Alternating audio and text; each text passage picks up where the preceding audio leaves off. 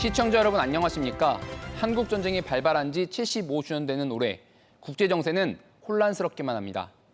러시아와 우크라이나 전쟁이 계속되고 있고 이스라엘의 이란 공습이 벌어지고 또 미국까지 공격에 가세했습니다.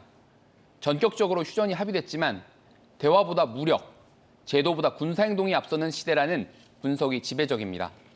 지금의 정세가 한반도에 미치는 파장은 어느 정도이고 복잡한 대립구도 속에서 남북 문제는 어떻게 풀어야 할지 고민해보는 시간 마련했습니다. 함께해 주실 분들 소개해드립니다. 최장호 대외경제정책연구원 통일국제협력팀장 나오셨습니다. 예, 안녕하십니까. 대외경제정책연구원에서 북한의 대외경제를 연구하고 있는 최장호라고 합니다. 박희인 평화너머 대전세종 충남운동본부 공동대표 모셨습니다. 네, 안녕하세요. 평화너머 대전세종 충남본부 공동대표 맡고 있습니다. 박희인입니다.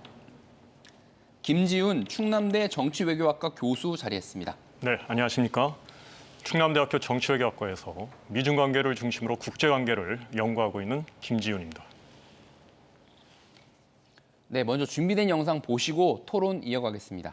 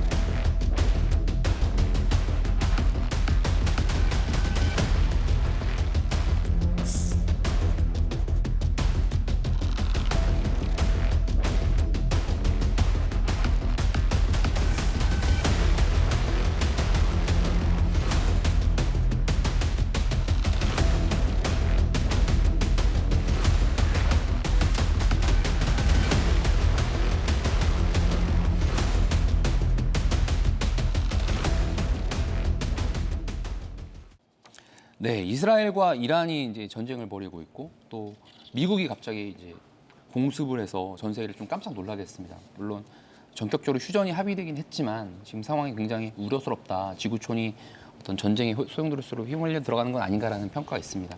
일단 박희임 대표님께서 지금 현재 상황을 어떻게 보시는지 좀 평가 부탁드리겠습니다. 네, 일단 지금 중동 상황이 미국과 이란이 핵협상 과정에서 협상 도중에 이스라엘이 이란을 기습 공격하게 됐고 또 미국이 전쟁 당사국으로 핵시설을 정밀 포격하는 사태가 벌어졌는데요. 저는 이 부분에 대해서 한 두 가지가 좀 중요하게 보였습니다. 하나는 대화 협상 과정에서도 무력 침공이 가능하다라는 것을 보여줬다는 것. 그리고 또 하나는 체르노빌을 연상케 할 수 있는 그런 핵시설 포격을 정밀 포격을 통해서 전 세계에 여과 없이 보여준 두 사건을 통해서 어쨌든 세계가 참 충격에 쌓이는 지금 상황이다라고 봐지고요. 이런 것 자체가 핵확산 방지 조약 NPT 체제를 붕괴시키는 결과를 초래할 수 있다는 것에 좀 우려를 하고 있습니다. 지금 중동 사태가 일단 트럼프 대통령의 어떤 휴전 선언으로 잠시 일단락되는 것으로 비춰지긴 하지만 지금 근본 문제가 해결되지 않은 조건에서 언제든 다시 전쟁으로 재점화될 수 있는 위기 상황이라고 봐지는데요. 그런 부분은 지금 우크라이나 전쟁도 장기화되고 있고 중동 사태도 모든 전쟁의 지금 배후에 미국이 있고 미국의 어떤 패권 전략과 맞물려 있기 때문에 쉽게 전쟁이 종식될 것을 예견하기는 좀 어렵다라고 생각이 듭니다. 특히 뭐 벙커버스터라고 하나요? 지하 깊숙한 네. 시설까지 타격할 수 있는 그런 무기까지 쓰여서 굉장히 좀 놀라겠던 것 같습니다. 네. 우리 최장호 팀장님, 네, 현재 상황 좀 어떻게 평가하실지 같은 질문 좀 드리겠습니다. 예, 최근 3년 동안 국제사회에서 전쟁이 빈번하게 발생하고 있습니다. 러시아 우크라이나 전쟁도 그렇고 이스라엘 하마스 전쟁도 그렇고요. 그 전에는 인도 파키스탄 전쟁도 있었습니다. 그리고 이번에 이란과 이스라엘의 전쟁이 있었는데요. 우리 동북아에도 중국 대만 문제가 있고 북핵 문제가 있기 때문에 이 두 문제가 언제든지 전쟁으로 확산될 수 있는 상황이어서 우리가 언제든지 안심할 수는 없고 이 한반도 평화 체제를 좀 안전하게 관리할 필요가 있다. 언제든지 국제사회에 전쟁이 발생할 수 있다라는 어떤 우려가 있다라고 생각합니다. 경각심이 점점 커지고 있는 것 같아요. 곳곳에서 지금 전쟁이 일어나고 있다 보니까 동북아도 결코 안전할 수 없는 시대다라는 말씀이신 것 같습니다. 우리 김지훈 교수님께서는 이제 국제 정치가 전공이시잖아요. 그렇습니다. 지금 현재 상황을 보는 또 그 시각이 또 남다르실 것 같아요. 어떻습니까? 네, 지금 뭐 국제 정세를 보면 크게 세 가지 안보가 위협받고 있는 시대다 이렇게 말씀을 드릴 수가 있겠습니다. 첫 번째는 이제 인간 안보가 위협을 받고 있고요. 두 번째는 이제 국제 질서가 위협을 받고 있고, 그다음에 이제 마지막으로는 경제 안보가 위협을 받고 있는 시대다 이렇게 말씀을 드릴 수 있겠습니다. 조금 전에 이제 그 최창호 박사님께서 말씀을 하셨듯이 세계는 이미 두 개의 전쟁을 겪어오고 있습니다. 러시아 우크라이나 전쟁, 그다음에 이제 이스라엘의 가자지구 공격이 그것이죠. 이미 무고한 양민들이 특히 이제 여성과 아동들이 많이 희생이 되었습니다. 인간 안보가 위협받는 정글의 시대 또는 이제 야만의 시대라고 말씀을 드릴 수가 있겠습니다. 더군다나 이제 최근에 이스라엘이 이란을 공격했고 곧이어 미국이 이란의 핵시설을 원점 타격을 했는데요. 이것은 자국이 공격받지 않는 상황에서 자위권을 발동을 한 것이고요. 동맹에 대한 일종의 그 집단 안전 보장을 이행한 것도 아니다.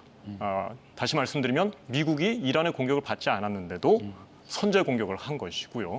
동맹이 공격을 받지 않은 상태에서 미국이 개입을 한 그런 것입니다. 이것은 아시다시피 유엔 헌장이나 국제법에 기반한 국제 질서를 위반하는 내지는 위협하는 행위다. 뭐 이렇게 말씀을 드릴 수가 있겠습니다. 그리고 이제 마지막으로 경제 안보 말씀을 드리겠는데요. 한국을 포함한 세계 각국이 이러한 행위 때문에 경제적 비안보를 겪고 있다. 트럼프 일기로 잠깐 돌아가 보도록 하겠습니다. 트럼프 일기 때 역시 이란 문제가 불거져서 이란산 원유 수입이 금지된 바가 있습니다.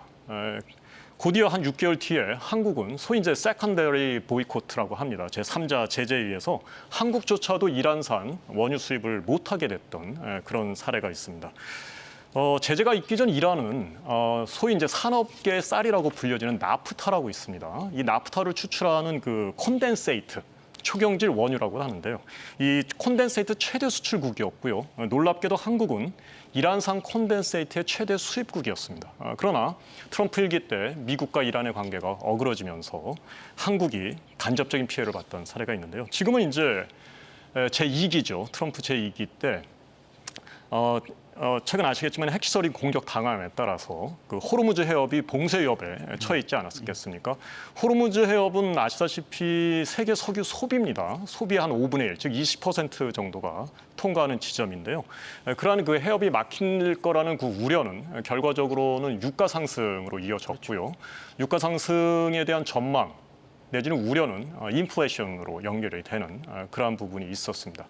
더군다나 이제 안전자산인 달러에 대한 수요가 높아짐에 따라서 이제 달러 강세, 역으로 얘기하면 이제 원화 약세입니다. 원화 약세에 대한 우려가 커졌기 때문에 이재명 정부의 그 먹고 사는 그 먹사니즘을 추구하는 데 있어서 대외 환경이 굉장히 녹록지 않다. 뭐 이렇게 좀 정리를 할 수가 있겠습니다. 교수님께서 이제 그 현재 정세를 세 가지 측면에서 복합적으로 아주 구조적으로 이렇게 분석을 해주셨습니다. 네, 말씀 중에서 이제 그 핵시설 관련해서 이란과 미국이 핵 협상을 하고 있는 도중에 미국이 이란의 핵시설을 좀 타격을 한 건데 바로 이 점에서 우리가 마주하고 있는 북한은 이제 핵 보유국, 비공식 핵 보유국 아니겠습니까?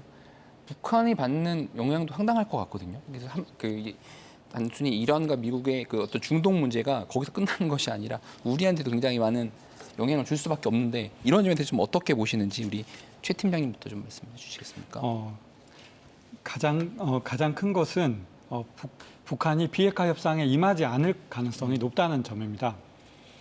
북한은 이스라엘과 이란 전쟁에서 이스라엘에게도 동조할 수 있고 이란에게도 동조할 수 있는 상황인데요. 이스라엘은 NPT 체제에 가입되어 있지 않지만 핵을 개발하고 핵을 가졌다라고 국제사회로부터 암묵적으로 인정받고 있는 국가입니다. 때문에 북한도 핵을 가지면 이스라엘처럼 핵 자위력을 발휘할 수 있다라는 확신을 가질 수 있는 상황이고요. 또 한편에서는 이란처럼 미국과 협상을 하다가 미국에게 공격을 받을 수 있다라고 위기감을 느낄 수 있는 상황입니다. 그렇다 보니까 핵을 포기하지 않고 오히려 핵을 더 강하게 고도화해야 된다라는 생각을 가질 수 있습니다. 또 한편에서는 미국이 북한과 북미 회담을 원하고 있고 북미 협상을 원하고 있는 상황입니다. 그런 상황에서 미국을 신뢰할 수 있느냐라는 의문을 제기할 수 있기 때문에 협상 중에 이제 그렇게 했기 때문에 예. 그렇기 때문에 북한이 핵 보유와 함께 미국과의 협상에 굳이 가지 않을 수 있는 그런 계기가 마련될 수 있기 때문에 우리 정세에는 그렇게 긍정적이지 못한 상황입니다. 북한이 좀 움츠러들거나 오히려 막 핵 보유를 더 빨리 하려고 이스라엘처럼 그런 움직임 나설 수 있다 이제 이런 분석. 그러니까 어떻게 보는가 좀 부정적인 영향을 미칠 것이다라는 전망을 해주셨는데요. 박 대표님께서 어떻게 보세요? 네, 저도 이제 비슷한 전망인데요. 이전 시기에 2001년도에 9.11 테러가 있고 난 다음에 북한, 이란, 이라크를 악의 축으로 당시 이제 부시 행정부가 지정을 하고 2003년도죠. 그 이라크를 침공하고 그 이후에 이제 후세인이 급기야 이제 비참한 최후를 맞게 됐던 과정이 있었고 2003년도에 그 카다피 정권도 비슷한 사례라고 봐지거든요. 그러니까 그런 핵 프로그램 또는 이제 관련 국제 기구를 통한 사찰 등을 다 수용했음에도 불구하고 당시 리비아 정권이 거의 무장 해제되다시피 국제사회로 하여금 요구하는 바를 다 들어줬음에도 불구하고 2011년도 아랍의 봄 그 상황에서 또 카다피 또한 이제 처참하게 그 미국이 지원하는 반군에 의해서 희생되는 이런 상황이 있었는데요. 이런 것들을 북한은 좀 반면교사로 삼지 않을까라는 생각이 들고 이번 이란에 대한 그 미국의 침공을 통해서도 앞서 이제 그 최 팀장님 말씀하셨듯이 과연 북한이 비핵화 협상에 나올 것인가? 북은 사실상 미국에서도 사실상 핵 보유국으로 인정받고 있는 조건에서 협상에 나올 것인가? 그리고 그런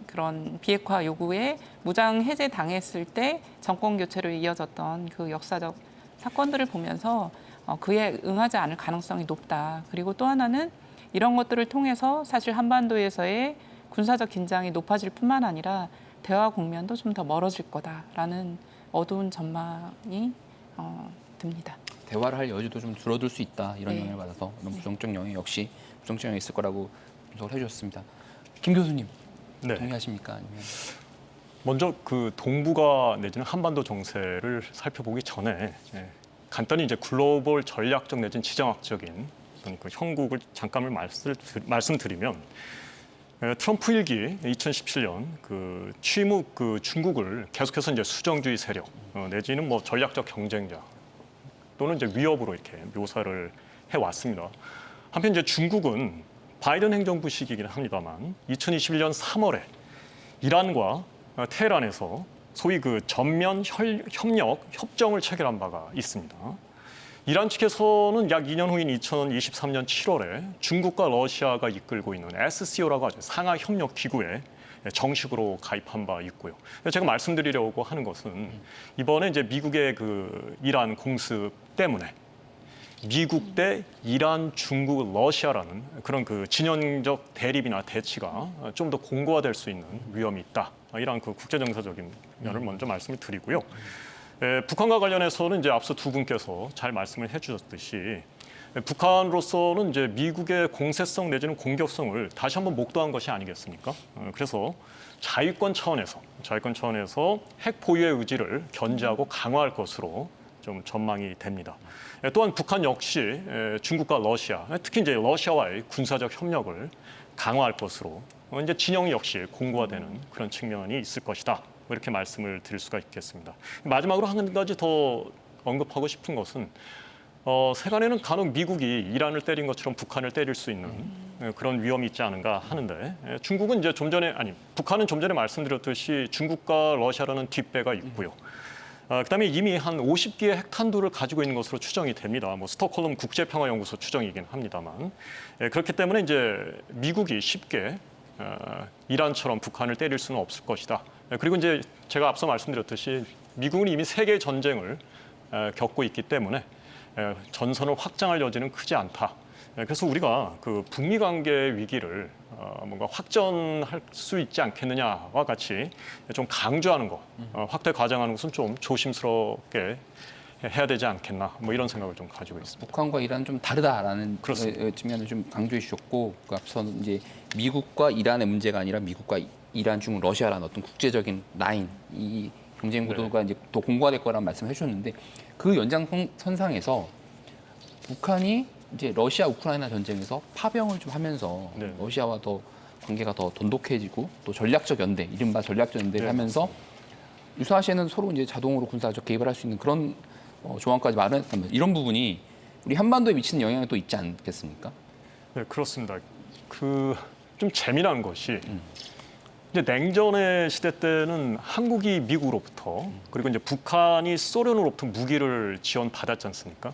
그런데 이제 윤 정부 시절에는 이제 한국이 미국을 통해 사실상 이제 미국을 대신해서 우크라이나에 이제 포탄을 공급을 했고, 북한은 이제 러시아한테 재래식 무기나 병력을 공급을 하게 된 것 아니겠습니까?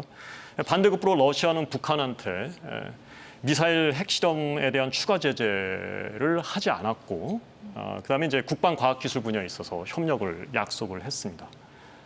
또 이에 대한 반응으로 미국이 바이든 행정부이긴 합니다만 대북 핵 확정 억제를 제도적으로 강화를 하고 한미일 3자 연합훈련을 연례화했던 그런 시기가 종전까지 있었습니다. 얼마 되지 않았습니다. 긴 얘기를 짧게 드리자면은 이제 냉전에 이어서 다시 신냉전의 시기가 지금 도래했다, 뭐 이렇게 말씀을 드릴 수가 있겠고요. 그 중에서 가장 이제 정점에 있는 것이 어떻게 보면 이제 좀 전에 우리 고명건 사회자님께서 말씀을 하셨듯이 2020년 6월에 있었던 푸틴이 평양을 방문했을 때입니다. 그 포괄적 전략 동반자 관계에 관한 조약을 통해서 북한과 러시아와 북한이 일종의 준 동맹에 이르는 그러한 형국이 펼쳐진 것인데요. 이제 한국은 북한을 다룰 때 사실상 이제 북한의 그 뒷배로 할 수 있는 러시아를 함께 고려를 해야 되는 그러한 복잡한 형국이 펼쳐지게 된 것이고요. 북한 입장으로서는 한국 그리고 나아가서 미국을 다룰 때 러시아라는 뒷배를 믿고 러시아를 레버리지로 사용해서 좀 더 협상을 우세하게 내지는 유리하게 이끌어갈 그러한 전망이라 생각이 됩니다. 북한과 러시아가 이렇게 전략적으로 좀 더 가까워지고 있는 이런 상황, 우리나라에 미치는 영향이 이제 굉장히 좀 복잡하고 앞으로 이게 북한과의 관계에 있어서 고려할 게 좀 여러 가지가 생기는 그런 효과를 좀 낳을 수 있을 것 같은데, 우리 박 대표님께서 보실 때는 어떠세요? 네, 앞서 이제 교수님께서도 언급하셨다시피 이제 세계가 지금 많이 진영화되고 있고, 또 이제 일부 전문가들 신냉전이라는 표현을 쓸 정도로 격화되고 있는 양상인데요. 북러 간의 이런 포괄적 전략적 동반자 협정 그 조약이 체결됨으로 인해서 사실 가장 우려되는 부분은 군사적으로 자동 개입되는 조항을 가장 우려하고 있습니다. 실제 러우 전쟁에 그 북한이 북한군을 파병했고, 그러면 한반도 유사시에 그러면 러시아군이 한반도로 들어올 수 있는 자동 개입 조항이 그 북러 간 조약에 포함되어 있다는 것이 가장 우려되는 부분이기도 하고요. 또 하나는 이제 그 포괄적 전략적 동반자 관계 조약 내용에는 그 경제 제재, 국제 기구를 통한 제재에 대한 내용까지 반대한다는 내용이 포함되어 있습니다. 그래서 군사 안보뿐만 아니라 경제적으로도 국제사회가 더 이상 이제 사실상 핵 보유국인 북한에 대해서 과거와 같이 어떤 고립 압박 전략이 통하지 않을 가능성이 높다라고 봐지고, 이런 것들이 우리가 그럼 남북 관계라든지 한반도 상황으로 본다라면 앞서 이제 우려의 목소리가 계속 나왔다시피 우리가 대화와 협상 국면 그리고 화해 협력 국면을 만드는 데서 과거처럼 적극적으로 나설 가능성은 더 낮아지고 있다라고 좀 전망이 됩니다. 그렇군요. 지금 군사적, 경제적으로 러시아와 북한이 이렇게 가까워지고 있는 그런 영향이 우리나라가 어떤 대북한과 관련된 접근을 할 때 좀 더 소극적으로 하게 만드는 그런 영향을 줄 수 있다라고 분석을 하셨는데, 우리 최 팀장께서 마찬가지 의견이신가요? 저도 단기에는 남북 대화에 부정적인 영향을 미칠 수 있다라고 생각합니다. 하지만 장기에는 남북 대화에 기여할 수 있는 요인이 있다라고 생각을 합니다. 어떤 점에서 그럴까요? 예, 먼저 단기를 보면 북한은 2020년부터 제재 정면 돌파전을 주요 정책으로 펴고 있습니다. 제재가 북한 경제에 악영향을 미치지 못하도록 우리가 버틸 수 있다는 힘을 보여주겠다. 돌파하겠다. 예, 돌파하겠다라고 보여주고 있는데요. 제재 정면 돌파 전의 대외 관계는 일종의 진영 외교를 기반으로 합니다. 미국과 남한과의 외교 협상에 기대어서 유엔 제재를 풀어내려고 하지 않겠다. 제재를 그냥 버티겠다라고 하다 보니까 그런 맥락에서 나온 것이 두 국가론입니다. 남한과 북한이 하나의 민족이 아니고 독자적인 국가로 가자라고 하는 건데요. 그러다 보니까 현 국면이 북러 관계가 좋아져서 북한 경제 상황이 개선이 될수록 북한이 자신들의 판단이 맞다고 생각하기 때문에 남한과의 대화에 나올 유인이 적어진다라고 볼 수 있습니다.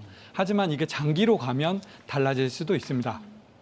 러시아 우크라이나 전쟁이 언제 끝날지 많이 의문을 제기하지만 전문가들은 올해 말 내년 초 정도면 러시아 우크라이나 전쟁이 끝나지 않겠냐라고 보고 있습니다. 러시아 우크라이나 전쟁이 끝나면 러시아와 미국의 관계 개선이 이어질 것으로 보입니다. 러시아와 미국의 관계 개선이 이루어지면 국제사회의 대러시아 제재가 해제될 것입니다. 그러면 한국과 러시아의 관계 개선이 논의될 것인데 러시아 입장에서는 한국과의 경제 협력이 극동 러시아의 경제적인 이익을 가져다 줄 수 있기 때문에 한국에 관심을 가질 거고요.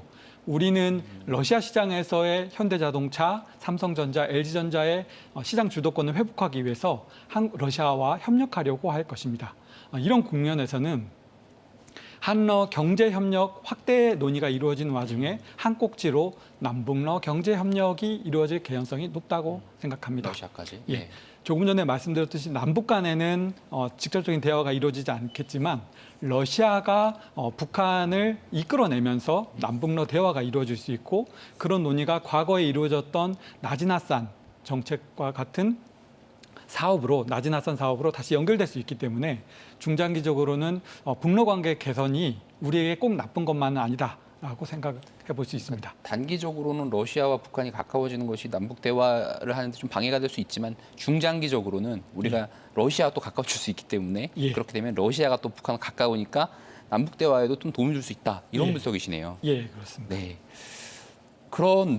그런데 현재 상황을 좀 진단을 해보면 현재 남북 관계를 진단을 해보면 지난 3년간 윤석열 정부에서 거의 남북 관계를 거의 단절되다시피 하게 만들어 놓고 현 상황이 군사적 긴장도 이제 굉장히 높아지고 있다가 최근 들어서는 뭐 대북 선전문이라든가 뭐 확성기라든가 이런 부분에 조치가 이루어지면서 좀 이렇게 좀 변화가 있긴 한데요.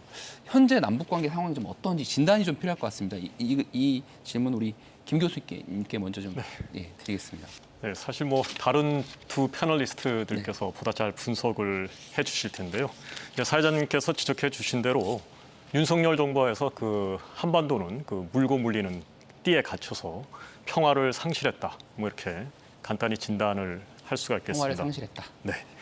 뭐 남북 관계 관련해서 그 한국의 대북 전단 살포가 있었죠. 북한의 대남 오물풍선 살포가 있었습니다. 그리고 무엇보다 이제 한국의 대북 확성기 방송이 재개됨으로써 양국의 관계가 굉장히 안 좋아졌는데요.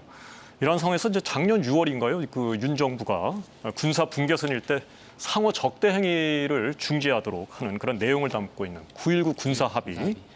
이것을 정적적으로 중지시킨 바가 있습니다. 다행히도 이제 그 이재명 정부가 대선 시기 공약한 바에 따라서 취임하자마자 대북 확성기 방송을 중단을 했고 또 북한도 이에 대해서 긍정적으로 반응을 해서 소음 방송 송출을 중단을 해오고 있습니다. 약간 좀 그 가능성의 씨앗이 보인다, 뭐 이렇게 말씀을 드릴 수 있겠는데요. 이런 상호 긍정적인 조치가 좀 이어지기를 기대를 해보고 있습니다. 지난 그 정권에서 3년을 평화를 상실한 시기로 규정을 하셨고 하지만 최근 들어서 이재명 정부의 어떤 움직임을 어떤 가능성의 씨앗으로 지금 표현을 해주셨습니다. 우리 박희인 대표님, 지난 3년간 많이 좀 뭐 평가할 게 없으시죠? 어떻습니까? 네. 일단은 남북 관계를 진단하는 데서 이제 북은 남을 어떻게 인식하고 있고 또 우리 정부는 또 북한을 어떻게 인식하는지 그리고 좀 냉정하게 지금 시기를 어떻게 규정해서 봐야 하는지를 좀 요목조목 볼 필요는 있을 것 같습니다. 앞서도 좀 대화 과정에서 얘기가 나왔습니다만 2023년 12월에 북에서 조선노동당 중앙위원회 전원회의를 통해서 우리 남한에 대해서 적대적 두 국가로 정하게 되고 이듬해 1월에 최고인민회의를 통해서 그것을 헌법화하는 과정이 있었습니다. 제도화하고 헌법화하는 과정이 있었고 실제 대한민국에 대해서 제일 적대국이다라는 것을 헌법에 반영까지 한 상황입니다. 아까 이제 최 팀장님께서도 말씀하셨다시피 과거에 이제 1991년도 남북 기본합의서 시절에 통일로 가는 과정에서의 특수한 남북 관계는 이제 끝났다라고 보아도 과언이 아닐 것이라고 봐지고요.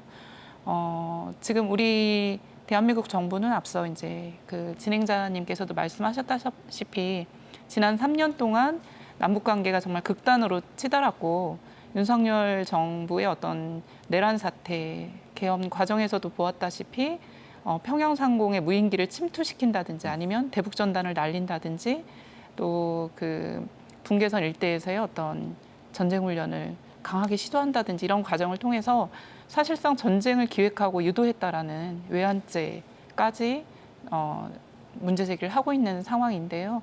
그런 만큼 남북 관계는 사실상 두 개의 적대국, 두 개의 적대국으로 남았다. 이것을 저는 어찌 보면 2000년 남북 정상회담이 최초로 발표됐던 2000년 시대를 더 거슬러서 1953년 정전협정 체결 당시에 정전체제로 돌아갔다 해도 과언이 아닐 정도로 군사적 긴장 국면이 굉장히 높다라고 생각이 듭니다.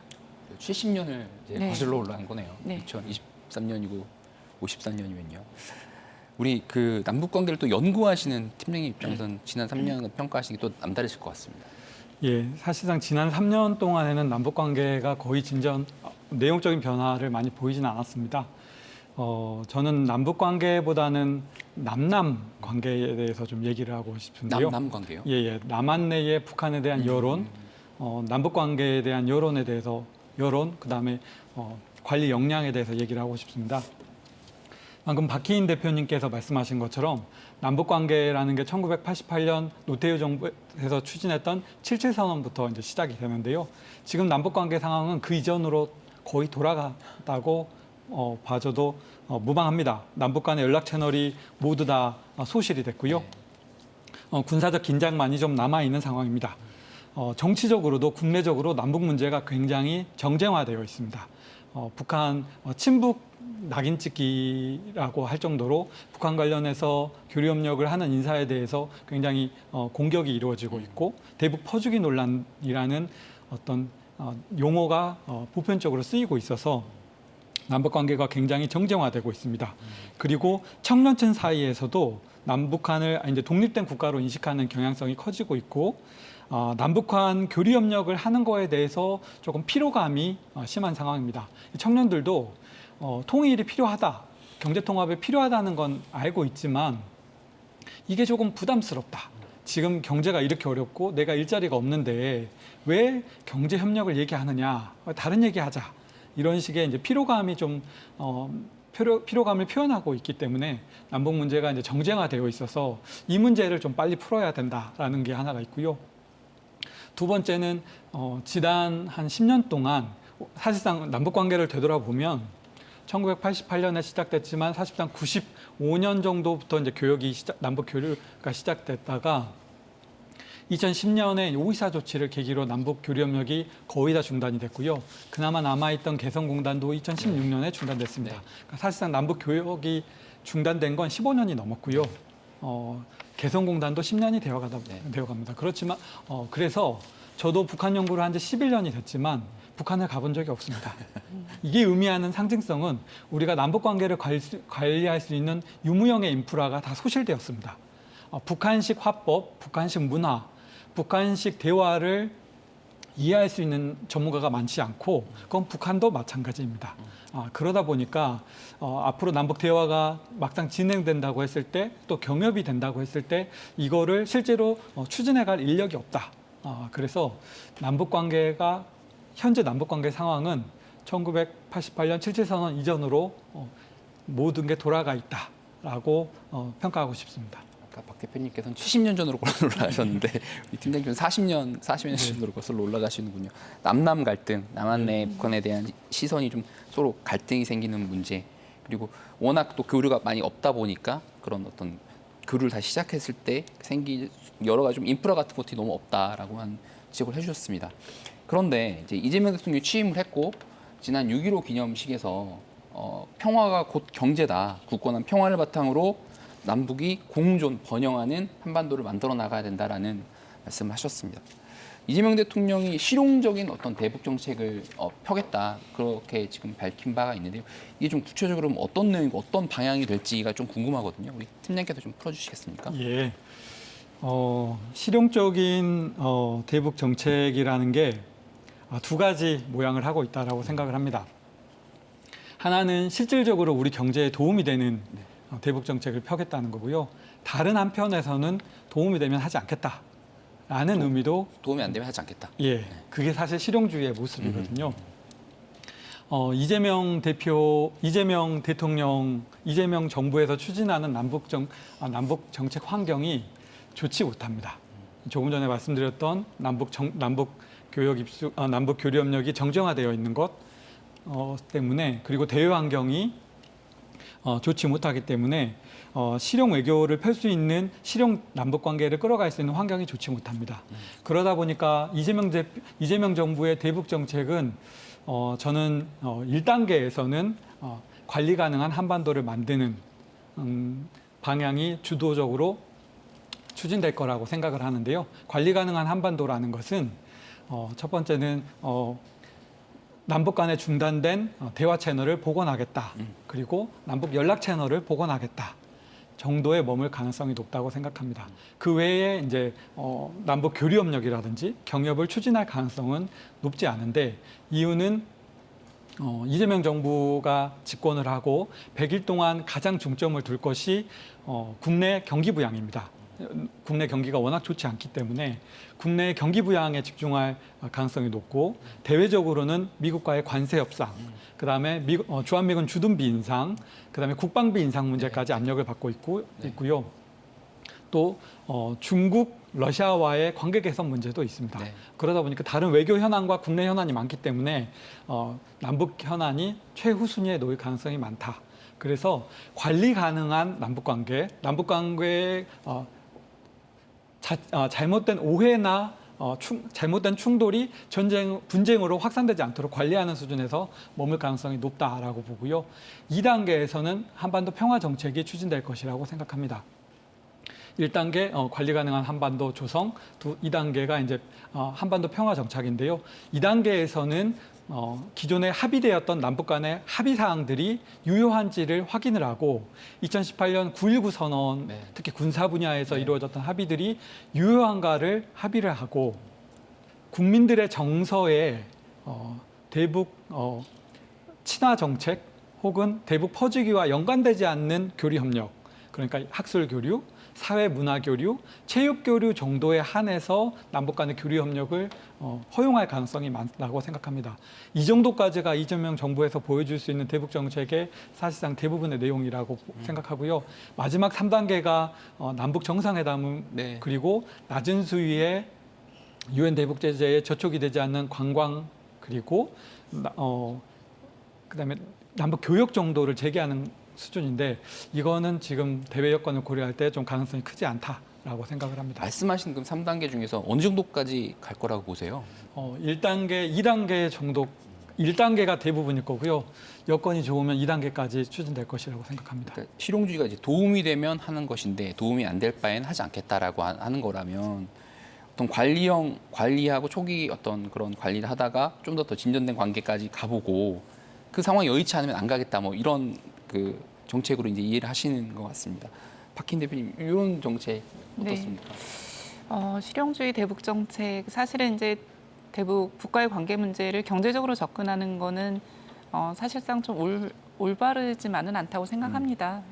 실제 앞서 저희들이 많은 토론을 했다시피 국제 안보 환경이 굉장히 우리 한반도를 중심으로 긴장되어 있고, 남북 관계나 또 미국의 그 대외 정책도 사실상 중국을 겨냥하고 있기 때문에 저희도 그런 안보 환경에 우리 한반도 문제도 그대로 노출되어 있다. 이런 상황에서 평화 경제만을 얘기하는 건 좀 현실에 기반하지 않은 또 거기에 실용주의를 내세운 건 그런 거에 기반하지 않다라고 봐지지만 궁극적으로는 평화 곧 경제이고 평화 경제로 나아가야 하는 것이 맞다고 생각을 합니다. 그런 부분에 있어서는 지금 이재명 정부가 표방하는 것이 크게 이제 두 축인 것 같거든요. 안보 문제는 한미일 군사 협력 틀 안에서 해결을 해보되 남북 관계는 대화의 채널을 좀 열어보고 그 과정에서 한반도의 어떤 평화 문제를 좀 안정적으로 관리해보겠다라는 그런 취지인 것 같고 경제 동력이 좀 되살려질 수 있다라면 남북 간 협력 문제를 좀 풀어보고자 하는 방향성을 갖고 있는 것 같은데요.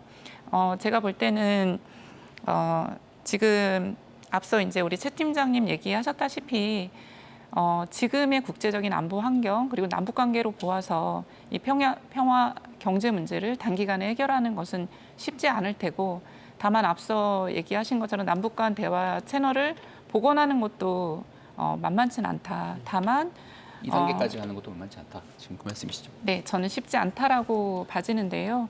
그 핵심적인 키워드는 바로 남북 간 신뢰 회복이라고 봐지는 거고 그 신뢰 회복의 가장 중요한 문제는 상호 간 적대 정책을 처리하는 문제라고 봐지거든요. 이거는 이전에도 남북 간 단절되는 과정에서 가장 북에서 예민하게 제기했던 문제가 남북 간 적대 정책, 대결 정책을 처리하지 않는 이상 남북 관계 복원은 없다라고까지 얘기를 했는데 이재명 정부 들어서 대북 확성기 방송 중단이라든지 또는 대북 전단, 북을 군사적으로 자극하게 되는 대북 전단 살포에 대해서는 좀 엄정하게 조치하겠다라는 입장은 그런 면에서는 좀 좋은 시그널이 되었다라고 생각을 합니다. 아까 우리 팀장님께서 정의하셨던 1단계, 2단계, 3단계 중에 네.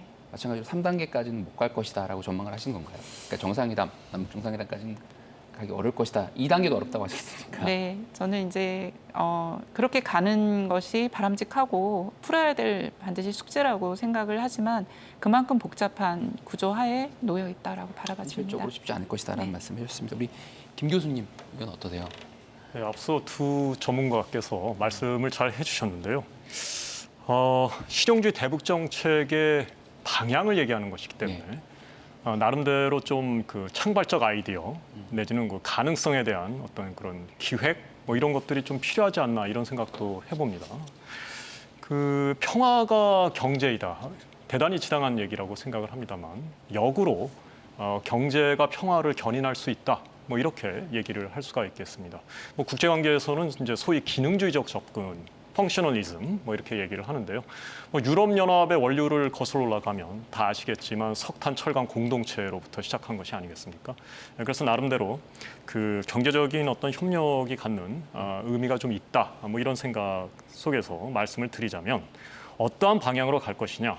저는 이제 그 먹사니즘이 먹고 사는 문제가 한국의 그 어떤 국내 정책의 기본 방향뿐만 아니라 한국이 북한과 협업하는 데 있어서, 즉 북한과의 그 대외 정책에 있어서도 중요한 원칙이 돼야 된다.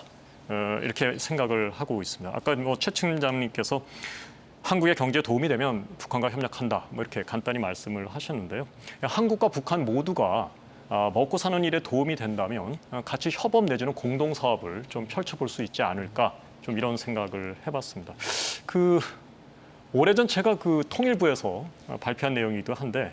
그러나 여전히 먼 미래의 이야기이기도 합니다. 뭐 3단계 내지는 4단계가 돼야지만 가능할 일이기도 한데요. 예를 들면 이런 것입니다. 뭐 DMZ 내에 남북한이 공동으로 친환경적인 스마트팜 같은 것을 만들어서 북한의 식량 문제뿐만 아니라 남한의 식량 문제, 먹고 사는 문제죠. 그것을 해결한다든지 아니면 이제 뭐 DMZ 내 생태공원을 조성하는 것도 하나의 아이디어가 될 수 있을 것 같습니다. 그 탄자니아에 가면 그 세계적으로 유명한 원시적 평원이 있죠. 그 세렝게티라고 하는데 유네스코 세계 자연 유산입니다. DMZ에 그와 같은 어떤 그런 자연적인 유산을 만들고 관광 수입을 올릴 수 있는 것도 남북 간의 먹고 사는 문제 해결이 될 것이고요. 아까 이제 역시 최 팀장님께서 뭐 장기적으로 보면은 북한과 러시아의 관계가 돈독해지는 것이 한국과 러시아와의 관계에도 기여를 할 것이다. 뭐 이렇게 말씀을 해주셨는데요. 그 러시아 극동에 그 자루비노라는 항구가 있습니다. 이게 나진과 자루비노 항구를 좀 연결하는 곳에 해상 풍력 발전소 아니면 뭐 태양광 발전소 이런 것들도 만들고 수산 양식업 같은 거 이런 거 하면 북한의 부족한 전력 문제나 식량 문제도 해결하고 역시 한국한테도 도움이 되지 않을까. 좀 생뚱맞지만 이러한 그 방향성 차원에서 가능성 차원에서 좀 창발적인 아이디어를 전달해 봅니다. 우리 교수님께서 이제 그 경제가 평화를 견인할 수 있다. 오히려 역발상인 거죠. 그러니까 네. 평화가 경제가 아니라 평화도 경제 맞지만 경제가 평화를 이끌을 수 있기 때문에 새로운 어떤 좀 아이디어를 제시해 주셨는데요. 지금 토론이 아주 재밌게 진행되다 보니까 시간이 이제 한 10분 정도밖에 남지 않아서요. 그렇습니다. 조금 급하게 나가야 될 것 같습니다. 네. 중요한 것으로 나가겠습니다. 지금 교수님 말씀 이어서 네. 지금 남북 관계가 말씀하셨던 대로 여러 가지로 지금 대외적인 상황도 안 좋고 남북 관계 현재 상황도 안 좋은데 그래도 돌파구를 마련할 수 있다면 우리 교수님께서 네. 제안해 주셨던 그런 경제적 모델도 마찬가지고요. 그것도 하나 이해할 수 있고 당장 실현해 볼 수 있는 실천해 볼 수 있는 좀 돌파구가 있다면 어떤 것일까가 좀 궁금하거든요. 팀장님께서 좀 하나 제안해 주시겠습니까? 예. 지금 정책 환경이 녹록하지 않다 보니까 정책 수단이 많지는 않은 상황입니다. 네. 저는 지금 단계에서 국면 돌파를 위해서 가장 해야 될 것은 시민단체들의 활동을 좀 확대해야 된다라고 생각을 합니다. 남북 간의 대화 채널 복원도 국가정보원이나 통일부 차원에서 진행하는 것도 중요하지만 민간 차원에서 1988년 77선언 이후에 남북관계가 개선되었던 가장 큰 동력 중에 하나가 민간 분야 교류였습니다. 때문에 시민단체들이 왕성하게 활동할 수 있도록 524 제재나 UN 제재를 미리 우려해서 시민단체들에게 움직이지 마라라고 하지 말고 대북 시민단체들이 좀 활동할 수 있도록 공간을 열어주고 좀 정책적으로 지원을 좀 해줘서 남북 간에 어떤 협력이 가능한지 타진해 봐야 된다. 그것이 현재 국면을 돌파할 수 있는 하나의 방편이 될 수 있다라고 생각합니다. 시민사회를 먼저 뚫어서 계속 교류를 활발하게 하는 것이 도움이 될 수 있다라는 말씀이십니다. 예. 되게 좋아하시는 말씀 같아요. 네, 과거에는 남북 간, 당국 간 그런 관계가 경색되었을 때 민간 단체들 또는 종교 단체들이 주도적으로 물꼬를 열기도 하고 또 예전에 정주영 회장이 소떼를 몰고 가면서 또 어떤 남북 관계 물꼬를 열거나 금강산 관광을 열기도 했었는데 안타깝게도 그때와는 너무 상황이 다르다고 생각합니다. 지금은 민간 단체들도 북과의 어떤 접촉면을 찾기가 전혀 어렵다. 지금은 어려운 형국이다라고 봐집니다. 그럼에도 불구하고 새 정부가 출범했고 새 정부가 한반도 평화와 화해를 위한 정책을 지향하고 있고 또 평화 경제를 얘기하면서 우리 국가의 미래와 관련해서 한반도 평화 체제 구축과 통일의 노력을 하겠다라고 하고 있는 조건에서 어떤 과정을 통해서든 물꼬는 열어야 된다라고 봐지고요. 그것은 앞서 이제 최 팀장님이 얘기하셨던 부분처럼 정치적 예민한 군사 안보 분야보다는 비정치적 분야에서 돼야 될 텐데 저는 궁극적으로는 첫 번째는 이제 그런 부분이라고 봐집니다. 이재명 정부가 9.19 군사 분야 합의서를 다시 복원하겠다라고 하면서 육해공 차원의 어떤 군사적 충돌 우려가 있는 부분에 대해서 평화 안전 지대화를 하기 위한 조치들을 단계적으로 해나갈 것으로 보이는데요. 저는 남북 관계를 풀고자 하는 해법은 사실 미국을 비롯한 주변국들의 어떤 반응과 눈치 이런 것보다는 또는 북한의 어떤 반응과 눈치 이런 것보다는 우리 정부가 좀 더 주도적으로 한반도의 평화 문제를 우리가 어떤 전략으로 어떻게 구사해 나갈 것인지를 계획을 수립하는 것이 가장 큰 물꼬이기도 하고 현실적인 해결책이 아닐까 생각이 듭니다. 그런 부분이 하나가 있고요. 또 하나는 아까 비정치적 분야 말씀드렸는데요. 지금 어쨌든 기후 환경 문제라든지 재난 문제라든지 또 인류가 접하고 있는 또 공동으로 해결해야 될 보편적 문제들이 또 있다라고 봐지거든요. 이거는 어떤 대결과 진영 문제를 뛰어넘어서 함께 협력해야 될 부분이기 때문에 그런 생태 환경에 대한 문제라든지 이런 부분을 가지고도 우리 정부가 끊임없이 협력할 수 있는 방안들을 좀 모색해 보는 건 또 좋겠다라는 생각이 듭니다. 우리 정부가 좀 이 문제에 대한 관계 문제에서 좀 더 주도적인 역할을 좀 해야 될 필요성이 있다는 말씀을 해주셨습니다. 그 조금만 더 좀 나가 보면 현재 어렵다고 말씀하셨지만 그래도 이제 언제든 돌파구는 또 열리기 마련이고 예전에 또 그런 경험이 있어서 남북 경협 얘기를 조금만 해보고 했으면 좋겠는데요. 남북 관계가 개선이 되면 예전에 아까 이제 개성공단 폐쇄된 얘기도 해주셨지만 증시와 산업계에서는 남북 관계 개선으로 개성공단이 다시 가동을 재개한다든지 아니면 기업들이 경제 협력을 더 확대할 수 있는 그런 움직임이 있을 거라는 기대감이 있거든요. 이럴 가능성이 좀 어느 정도 있을까라고 좀 평가를 해주시고 또 그러기 위해서 걸림돌이 있다면 어떤 부분을 좀 뛰어넘어야 되는지까지 이 말씀을 이렇게 돌아가면서 아주 한 1분 정도씩 마무리해 주셨으면 좋겠습니다. 우리 팀장님께서 이 분야 전문가시니까. 예. 우리가 이제 경제 성장률이 둔화하고 있습니다. 하지만 우리는 먹고 살 게 필요합니다. 통상적으로 선진국에서 경제 성장률이 둔화가 되면 신흥국들에게 투자를 하고 신흥국들이 높은 경제 성장률을 보일 때 그 수혜를 받는 형식으로 성장 모델을 삼았습니다. 우리 경제도 이제 앞으로 신흥국들에게 투자를 하면서 경제적 성장의 수혜를 얻어야 되는 상황입니다. 그런 관점에서 북한과의 교류 협력, 경제 협력은 굉장히 중요한 부분이고 우리에게 큰 성장 동력이 될 수 있는 것은 확신을 할 수 있을 정도로 매우 유인이 큰 분야입니다. 근데 문제는 정책 환경이 좋지 못합니다. 유엔 대북 제재가 있고 가장 큰 발목을 잡는 것이 미국의 세컨더리 보이콧, 즉 대북 협력 사업에 참여하는 기업이나 금융기관에게 제재를 가하는 방안이 있습니다. 미국이 세컨더리 보이콧을 하겠다고 언급만 하더라도 그 기업이나 은행이 파산 직전까지 갈 수밖에 없는 상황이거든요. 그러다 보니까 남북 교역이나 관광은 유엔 대북 제재 품목이 아님에도 불구하고 북한이 비핵화 협상에 임하지 않고 있기 때문에 우리도 교역을 추진하고 있지 못한 상황입니다. 그래서 새 정부에서 사실상 남북 경협까지 가기는 굉장히 어렵습니다. 다만 북미 대화가 진전이 되고 하노이에서 물론 2018년에 평창 올림픽 이후에 북미 회담이 진척이 되고 1년 정도 협상을 거쳐서 하노이 회담까지 갔습니다. 다시 한번 북미 회담이 하노이 회담부터 출발을 하고 1년 안에 성과를 낼 수 있다면 남북 경협이 굉장히 전망이 큰 분야이고 우리가 신성장 동력으로 삼아도 될 수 있는 분야입니다. 다만 정책 환경이 좋지 못한 것이 굉장히 애석한 부분입니다. 그래도 그때도 트럼프 대통령, 트럼프 1기였죠. 예. 지금도 트럼프 대통령이니까 예. 기대를 좀 해보겠습니다. 우리 박희 대표님.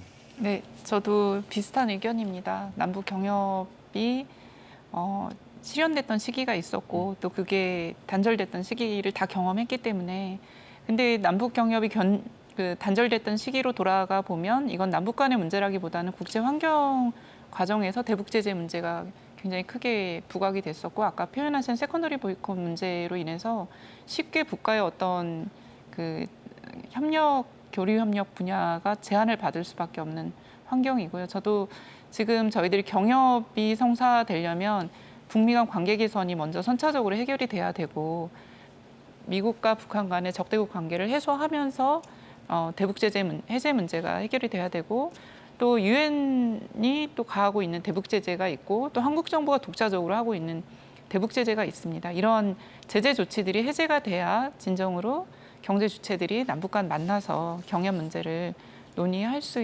있겠다라는 생각이 듭니다. 그래서 현실적으로는 경협으로 나아가기에는 북미 관계 개선 또는 남북 관계 개선이라는 굉장히 관건적인 문제가 있는데 그러면 우리 정부가 좀 어떤 역할을 할 수 있겠는가, 단계적으로 그 방향으로 나아가기 위해서는 어떤 역할을 할 수 있겠는가라고 보면 북미 관계 개선에서의 우리 한국 정부가 미국에 대한 대외 전략 또는 북한에 대한 대북 정책에서 그동안 이제 대결과 대립 이런 정책보다는 화해 정책 그리고 관계 개선 정책으로 나아갈 수 있게끔 우리 정부가 그런 노력을 좀 하는 것이 물꼬를 열 수 있는 지름길이 아닐까 이런 생각이 듭니다. 정부의 노력을 다시 한번 강조해 주셨습니다. 우리 네. 김진 교수님.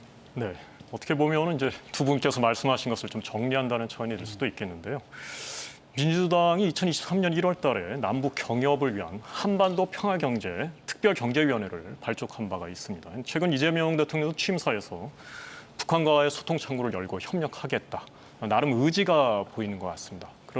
그러나 이제 누적된 남북 간의 불신을 좀 해결도 하고 남북 연락 채널도 좀 복구를 하고 군사 합의도 복원을 하고 말씀하셨듯이 평화 체제가 어느 정도 정착된 다음에 뭐 개성공단, 뭐 건설업, 관광사업 등을 중심으로 남북 경협이 어느 정도 이루어질 수 있을 것 같은데요. 다 지적을 해주셨듯이 그러기 위해서는 몇 가지 이제 걸림돌을 좀 넘어야 됩니다. 남남 갈등이 있겠고요. 북한의 견인을 이끌어내는 것이 있겠고요. 그다음에 이제 미국의 유명의 그 딴지 내지는 견제를 극복해야 되는 문제가 있습니다. 그 토론이 너무 재밌는 주제고 중요한 주제다 보니까 시간이 어느덧 다 돼서 가까운 시일 내에 또 우리 패널분들 모시고 다시 한번 추가 토론을 하겠다는 약속을 드리면서 오늘 자리는 좀 마무리를 해야 될 것 같습니다. 망상에 기반한 이념을 강조하며 남북 관계를 파탄으로 몰고 간 윤석열 전 대통령, 이재명 대통령이 전인과 얼마나 차별화된 대북 정책을 선보일지 국민의 판단은 시작됐습니다.